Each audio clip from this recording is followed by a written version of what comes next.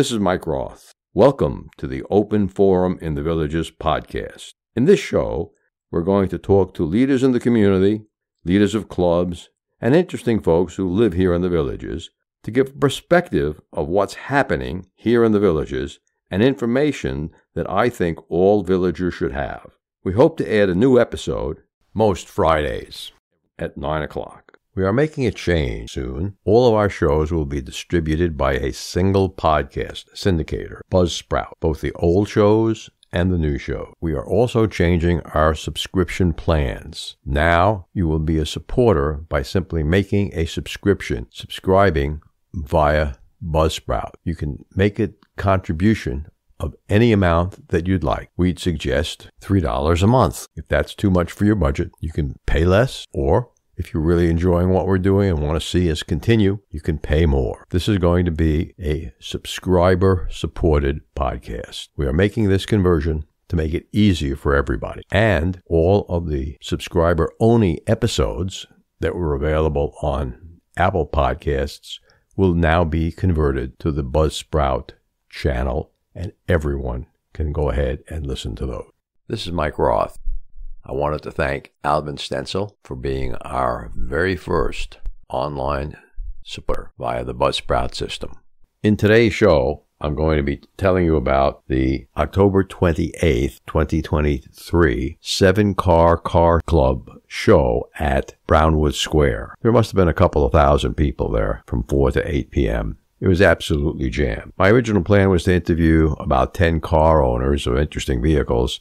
I probably got to 4 or 5, and they are in this show. It was the Ford Club, the Mustangs, Camaro Club, the BMW Club, the Mini Cooper Club, and the Mazda Miata Club. I think they could have gotten in a lot more cars because half of the streets, the side streets that they filled with cars, were only halfway full. Their loading of the square was kind of slow for clubs other than the Ford Club and the Camaro Club, which they brought right in close to 4 p.m. The others were delayed by about a half hour. It was a nice show. It was a beautiful day, a little bit cold, but the crowd came out and it was a wonderful show.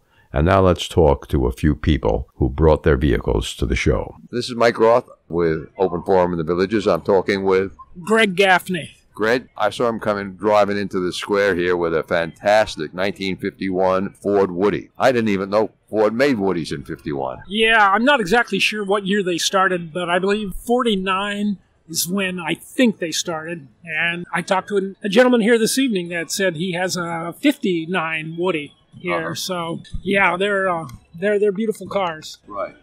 And how thick is the wood on the car? Thick is it? Yeah, or is that just paint? On the tailgate, it is painted. Oh, yeah, okay. The tailgate. The sides are more like a paneling. You see where you have the borders here, and those are more or less, as you can see, like a 3/4 inch on the border. This is more like a plywood. A plywood, okay. More of a plank, but the borders for sure are regular maple. It's called bird's eye maple. Again, about a 3/4 inch. Wow. Have you ever had to replace any of this wood? This is the original wood. This is the original 1951 wood? Yes. It was actually my father's car. And so when he obtained it back in the 90s, then he went through the entire car, refurbished it, obviously, sanded the wood down and stained it, did everything to make it as it looks today. Yeah, it looks fantastic.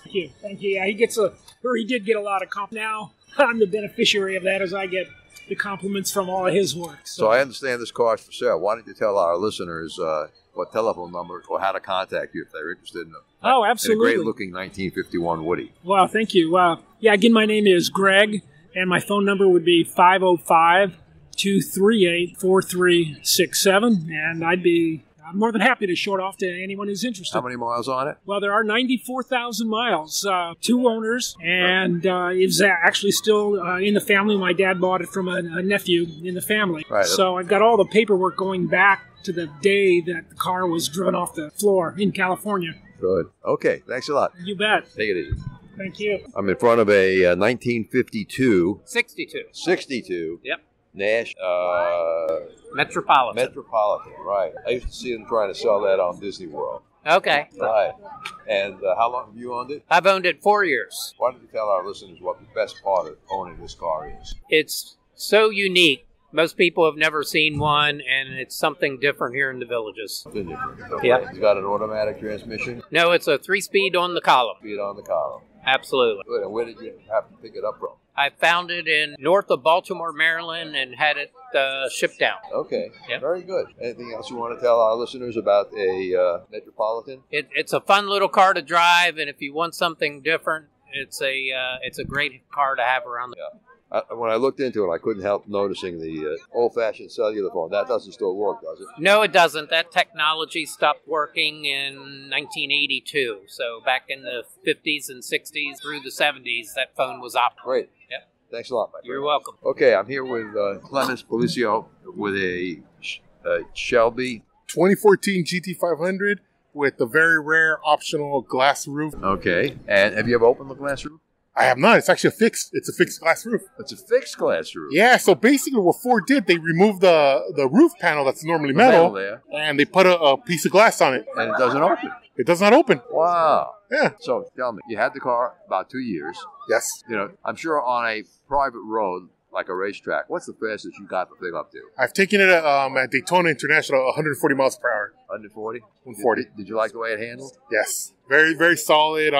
Wasn't floating or anything like that. And she still had plenty more to go. And you've had it for about 2.5 years. 2.5 years. If you had to do it all over again, would you? Yes, sir. Great. Hey, thanks a lot, Blasio. Good one. Great. Well, I'm down here at the Miata aisle. They put all the Miatas off the square on Megasin Road. Well, there's a lot of Miatas here. Well, look at this. And the Mazda Miata Street, Megasin, looks like they could have put another 25 cars. They just have empty space half the block. Terrible shame. Open Forum in the Villages podcast. I'm here with Sam Leonard with a Mazda Miata. This is a 2017 Mazda Miata RF retractable fastback. Retractable fastback. Yes, So, sir. and is that electrically powered or Yes. hydraulic? It's electric. It's a switch there on the dash that moves it up and down. Yeah, that's very nice. Very nice. And the whole piece, including the glass, goes underneath. Right. Yeah. This and this will go underneath. This will drop back down into a. See if we have another one sitting around here. It's got. This glass piece will just sit on the top. Yeah. Yeah. This will come back. Actually, sit. This will go right up. Okay.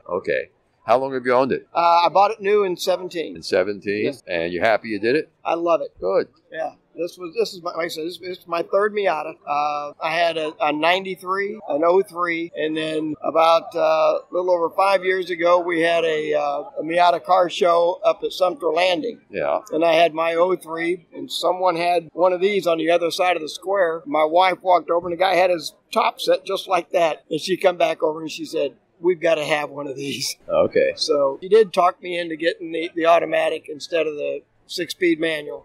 Okay. But I do have paddle shifters if I want to play. Okay. And how long have you been a member of the Miata Club? Oh, probably 7.5, 8 years. Okay. Good. Yeah, it's a great club. We've got, I talked to the president over where we're staging. We've got 219 members. Good. And, yeah, pretty strong showing. Good.